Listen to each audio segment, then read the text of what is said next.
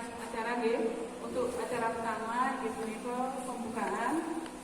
Monggo kita buka acara sosialisasi pagi ini datang Desa Tunjung tanggal 24 Mei tahun 2023 dengan bacaan Bismillahirrahmanirrahim. Mugi-mugi acara kegiatan hari ini berjalan lancar. Amin. Berikutnya ini menikah rencananya dari pimpinan kami akan rawuh, tapi karena ada kegiatan mendadak pimpinan harus tidak datang Jogja. Niko kita salam datang Bapak-bapak takmir Masjid Monodari Banamu, Bapak Kepala Dinas, sering sakit rawuh, mandi Bapak Sedanten. Untuk berikutnya, Niko langsung ke acara ini, sosialisasi, izin sanitasi dan kesawan. Eka badi diaturakan Dr. Hewan Andar Julian. Kami persilakan.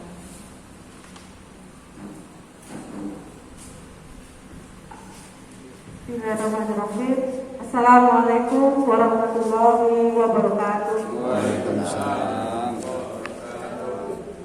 Alhamdulillah, marilah kita panjatkan kepada Allah Subhanahu wa taala atas segala nikmatnya, iman, kesehatan, sehingga pada hari ini kita bisa berkumpul untuk mengikuti kegiatan sosialisasi, izin sanitasi dan kesawan dalam rangka penyembelihan hewan kurban 1944 Hijriah. Perkenalkan dulu, tadi sudah disampaikan oleh Bu Ana. Nama saya Angga Yuliani, asli Tulungagung, kemudian di Blitar itu 2006. Jadi kurang lebih berapa tahun? 18. Tinggal sekarang domisili di Garung. Dia perempatan Garung itu ke utara kurang lebih 1 kilo. Putra 2 masih SD, kelas 5 sama kelas 2. Jadi bapak-bapak kalau ke Garung monggo diharap ada rumah di tengah sawah. Langsung aja, ini kenapa perlu diterapkan izin sanitasi dan keserawan di tempat pemotongan hewan kurban, karena sesuai dengan amanah Undang-Undang Nomor 41 Tahun 2018 itu diamanahkan untuk tentang peternakan dan kesehatan hewan. Itu diamanahkan kepada kita untuk penyediaan daging, baik itu daging yang diidamkan atau dalam kondisi pemotongan hewan kurban itu dalam kondisi asuh. Jadi asuh itu apa? Asuh itu aman, sehat, utuh dan halal. Nah, untuk mendapatkan produk daging yang asuh itu harus bagaimana? Nanti selanjutnya dalam materi ini kita perlu sampaikan, karena kita mempunyai tanggung jawab untuk mensosialisasikan bagaimana menerapkan izin sanitasi serta keserawan itu pada saat pemotongan hewan kurban. Karena kalau harus dipotong di RPH kan tidak muat ya, dengan waktu yang sama dan banyak titik lokasi, dan kalau diharuskan di RPH, kalau idealnya itu di RPH. Tapi karena banyaknya titik lokasi yang melakukan pemotongan hewan kurban itu, makanya dilakukan sosialisasi minimal nanti pada saat pemotongan hewan kurban itu menerapkan izin sanitasi serta keserawan untuk mendapatkan produk daging atau daging hewan kurban yang asuh. Intinya seperti itu.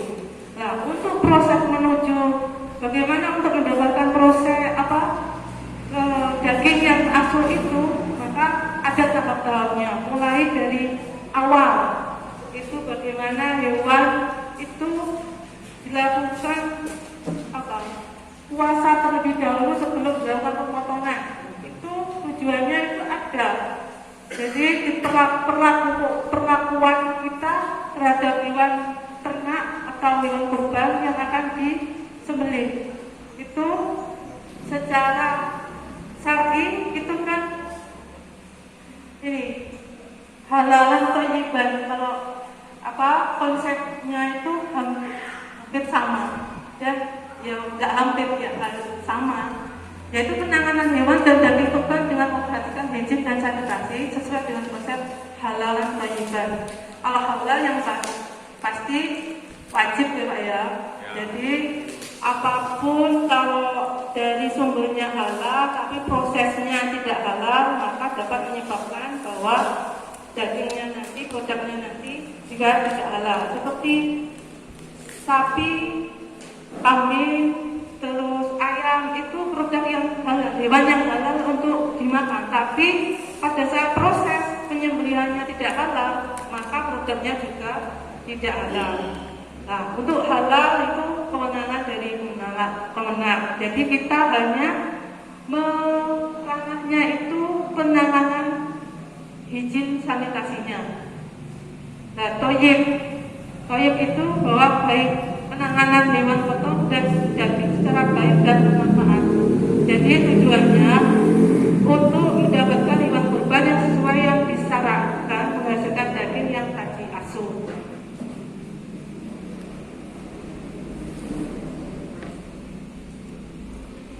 Nah, untuk mendapatkan proses daging hewan kurban yang asuh itu harus memperhatikan dan disyaratkan antara lain fasilitas dan sarana.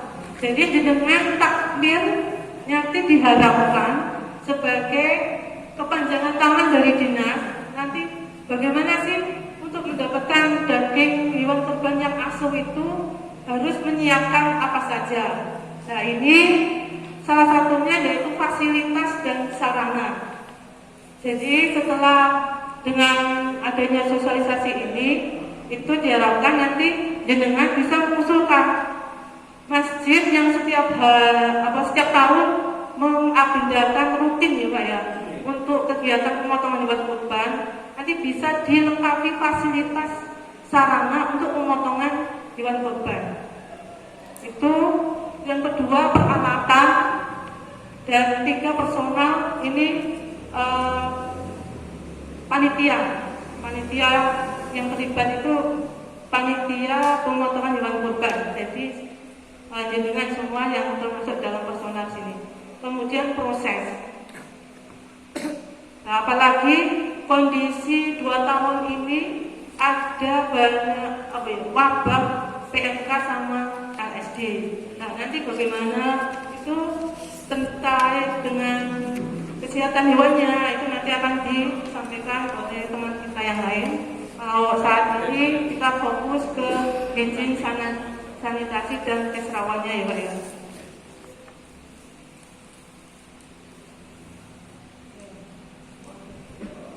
Nah, ini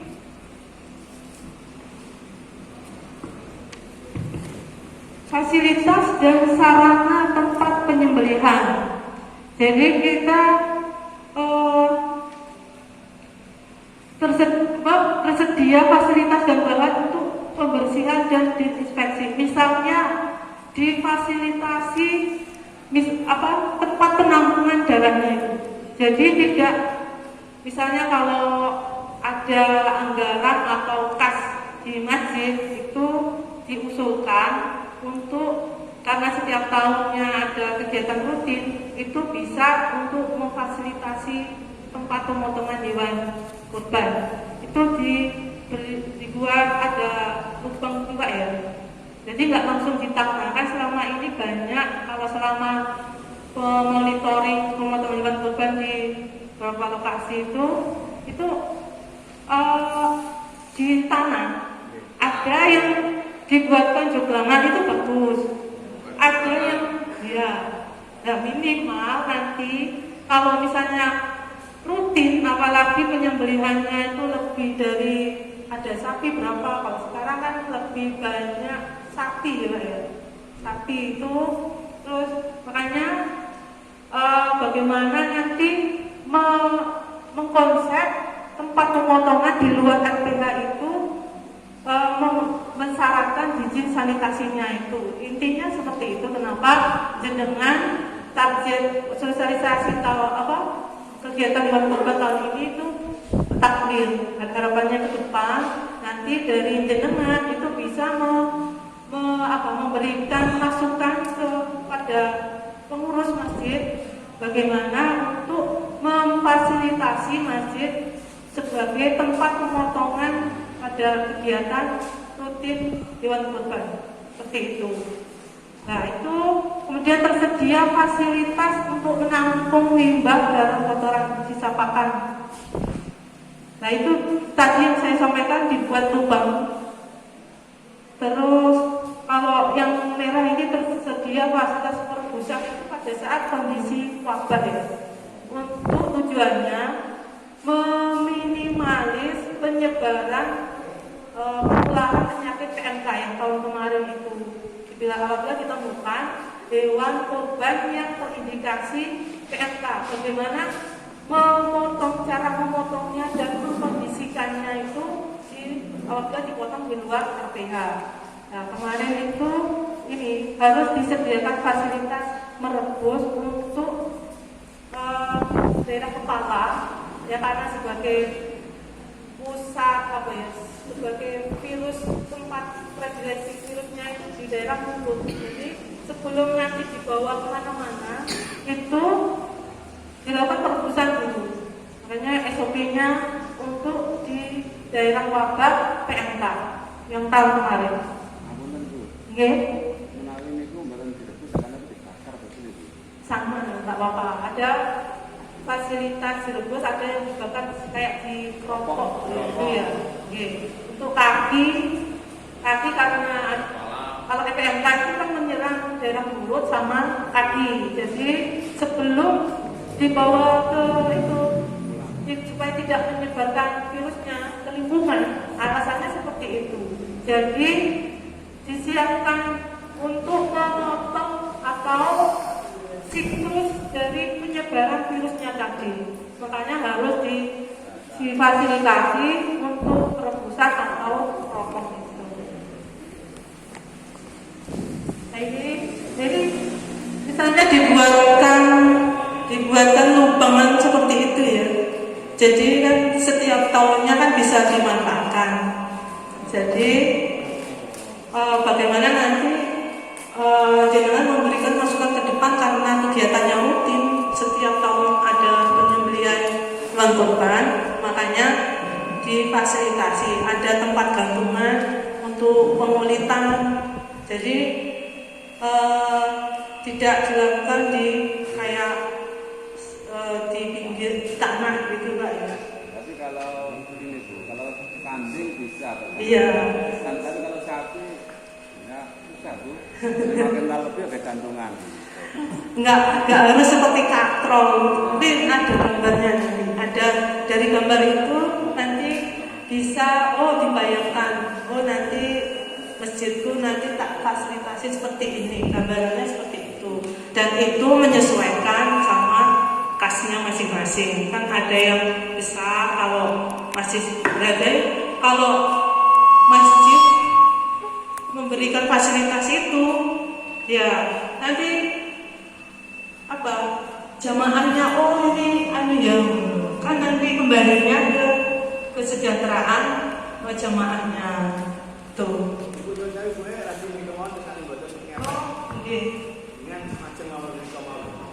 Feedback. Dekat sini. Oh sini. Ini desainnya.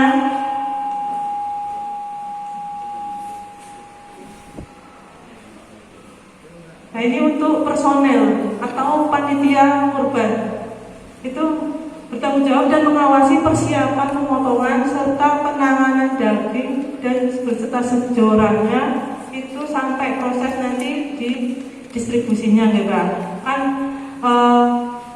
mendistribusikan daging dan semua melakukan pembersihan dan desinfeksi terus melaporkan ke pada dinas. Jadi nanti laporannya bisa lewat petugas pemantau hewan kurban. Jadi dari dinas itu sudah mempersiapkan petugas sebanyak masing-masing satu desa itu satu petugas. Jadi nanti tugasnya memonitoring apabila ada yang mencurigakan atau perlu ditanyakan, bisa menanyakan pada petugas yang ditugaskan itu pada saat pemotongan hewan kurban. Ini sebaiknya untuk panitia kan dibagi daerah kotor sama bersih. Daerah kotor itu meliputi handling sama pemotongan hewan kurban. Itu nanti personelnya itu kalau bisa berbeda dengan pada saat sudah mulai proses penanganan atau daging. Jadi tujuannya apa? Pada saat pemotongan itu istilahnya di area kotor, ada limbah, ada darah, ada itu. Terus kalau pada saat proses packing atau pemotongan daging itu dibedakan orangnya, itu area bersih. Kenapa? Karena daging itu proteinnya sangat tinggi, jadi sangat mudah itu terkontaminasi dengan lingkungan.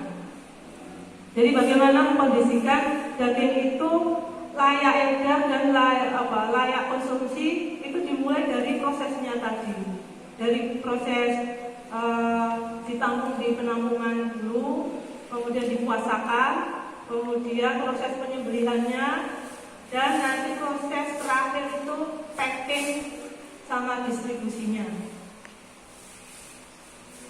Jadi dari ternak, kemudian proses pemotongan, kemudian sampai nanti produk daging yang siap diedarkan kepada masyarakat. Nah ini pertama seleksi hewan kurban, yaitu pemeriksaan sebelum pemotongan, namanya antemortem ya. Jadi batu dilihat dari bulunya itu bisa, bulunya ada yang kusam, ada yang jengkrik, itu pasti kemungkinan cacingan. Jadi nanti pada cacingan biasanya di organ hati. Nah, organ hatinya itu kalau dipegang itu biasanya kayak seperti kertas, kerpes itu kemungkinan nanti ada cacing hatinya. Kalau cacing hati, kalau di secara zoonosis itu bisa menular. Tapi selama kondisinya kalau berapa persen? 80% yang penting di akhir Pak ya. Jadi kalau ada sebagian hati itu ada yang bercak-bercak, biasanya gambarannya seperti itu. Jadi nanti kalau dipegang itu kayak kertas seperti kertas itu, nanti kalau dibelah itu mesti ada kayak lubang-lubang itu. Nah lubang-lubang itu sebagai tempat cacing hidup di situ. Ini kayak terowongan. Jadi kalau di sisi atau dibelah itu nanti ada kayak cacing tipis bentuknya, warnanya hijau. Itu cacing hati. Nah itu dari fisiknya itu bisa dilihat dari bulunya. Bulunya kalau tidak mengkilap terus kusam tuh. Terus yang kedua yang perlu diwaspadai juga penyakit antrak. Nah, antrak itu sifatnya zoonosis. Nanti lebih detailnya diterangkan oleh mbak-mbaknya dokter muda Pak ya di belakang itu.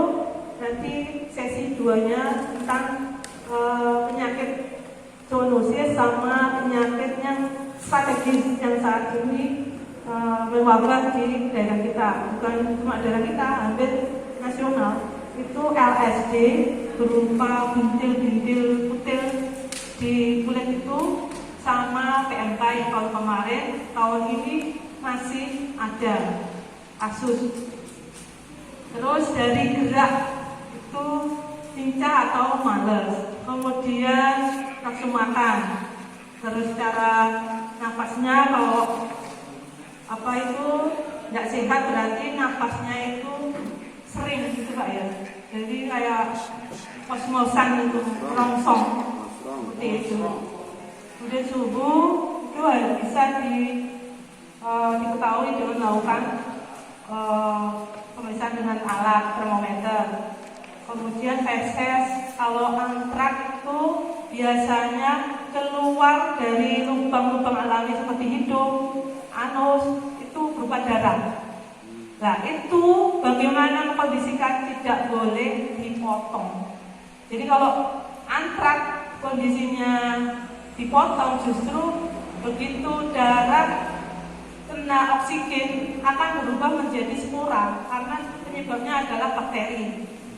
Nah di dalam tubuh ternak yang terindikasi antrak itu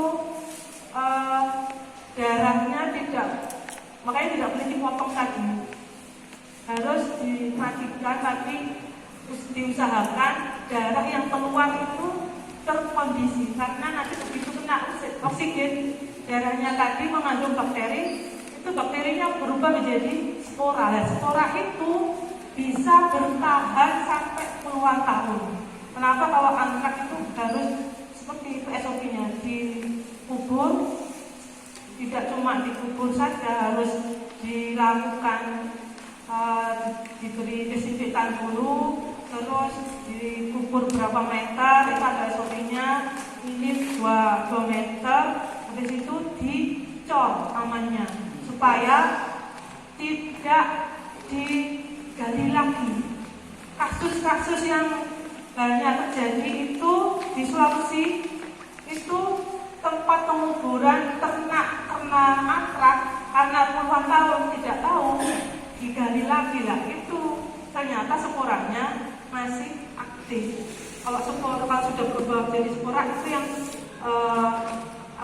bertahan puluhan tahun, 25 tahun itu bisa di tanah.